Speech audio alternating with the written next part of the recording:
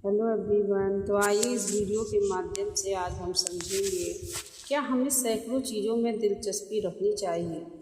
ये एक प्रश्न है जो कि हमारे गुरुजी चारी जी महाराज से किसी ने किया। तो ये हम सभी का प्रश्न है, हम सैकड़ों चीज़ों में दिलचस्पी रखते हैं।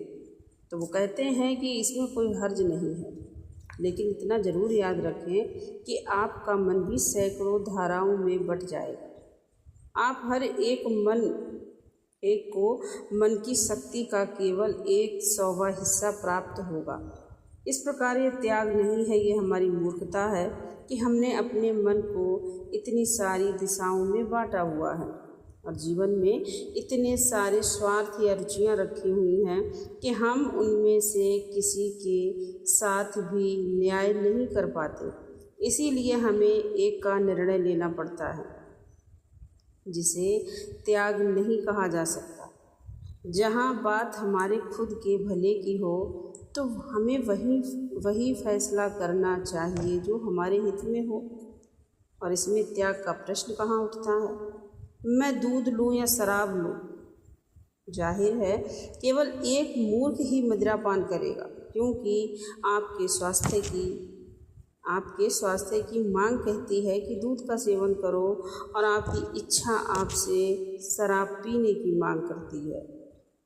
कहती है कि अब इतना तो हर इंसान को पता है कि इच्छाएं अच्छी नहीं होती, वे विनाशकारी होती हैं। लेकिन अगर मैं कहूँ, अरे भाई मैंने तो दूध की खातिर शराब का त्याग कर दिया, ऐसे में आपको केवल इतना ही कहने का हक है कि आपने समझदारी के बदले अपनी मूर्खता का त्याग किया है। बस हम केवल इतना ही त्याग कर रहे हैं, अपनी मूर्खता का, अपनी ठोसता का, अपनी अज्ञानता का, अपनी नासमझी का, अपनी बुराइयों और अपने लोभ आदि का। हाँ, यही सच्चाई है। अगर आप इस बात पर मनन करेंगे तो समझ जाएंगे। यही सच है कि जब भी हमारे मन में एक चीज़ के त्याग की बात उठती है तो प्रश्न किन्हीं दो अच्छी चीज़ों में से एक को चुनने का नहीं होता। ये दुविधा हमारी इच्छा और हमारी ज़रूरत के बीच होती है। जब मन में दुविधा होती है तो हम परेशान हो जाते हैं, अपने आप को दो अलग दिशाओं में खिंचा हुआ पाते हैं। इस प्रकार मुझे तो त्याग की धारणा गलत लगती है, इसका कोई अस्तित्व नहीं है। हम किसी चीज़ का त्याग नहीं करते। यही कारण है कि हमें खुद के साथ बहुत ईमानदारी से पेश आना चाहिए कि हम जब भी हमारे अंदर ये विचार आए कि हम किस चीज़ का त्याग कर रहे हैं, इसका मतलब है कि हम केवल अपनी इच्छाओं से ही संघर्ष कर रहे हैं।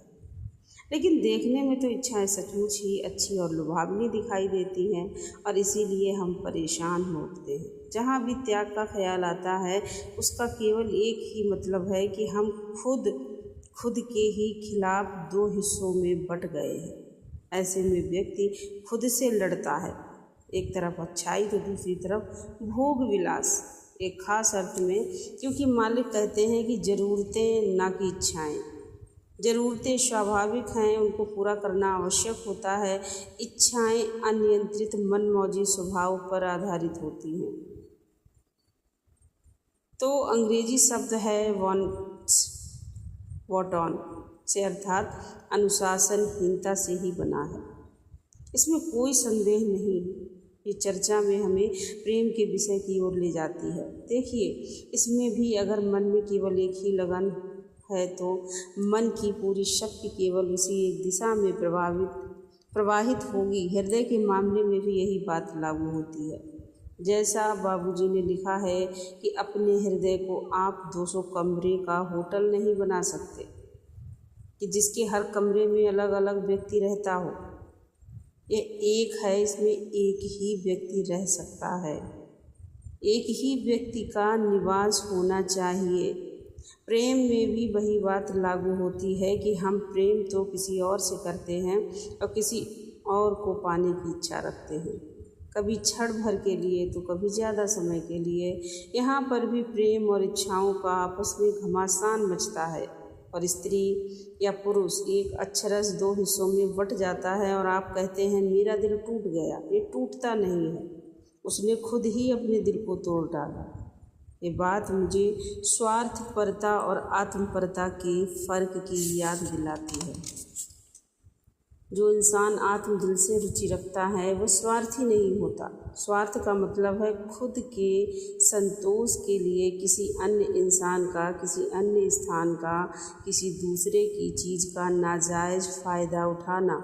स्वार्थपरता का मतलब है खुद में रुचि लेने जैसा नहीं है। ये उस इंसान की तरह है जिसके सामने मेज पर शराब की बोतल रखी है और मुफ्त की होने की वजह से उसे वह पूरी तरह चढ़ाकर नशे में धुत हो जाता है। लेकिन अगर वह अपने आप में रुचि रखता है तो कहेगा नहीं धन्यवाद, मैं दूध ज़्यादा पसंद करूँगा, शराब नहीं। है कि हम केवल अपनी इच्छाओं से ही संघर्ष कर रहे हैं, लेकिन देखने में तो इच्छाएं सचमुच ही अच्छी और लुभावनी दिखाई देती हैं और इसीलिए हम परेशान हो उठते हैं। जहाँ भी त्याग का ख्याल आता है उसका केवल एक ही मतलब है कि हम खुद के ही खिलाफ दो हिस्सों में बट गए हैं। ऐसे में व्यक्ति खुद से लड़ता है, एक तरफ अच्छाई तो दूसरी तरफ भोग विलास। एक खास अर्थ में, क्योंकि मालिक कहते हैं कि ज़रूरतें ना कि इच्छाएँ।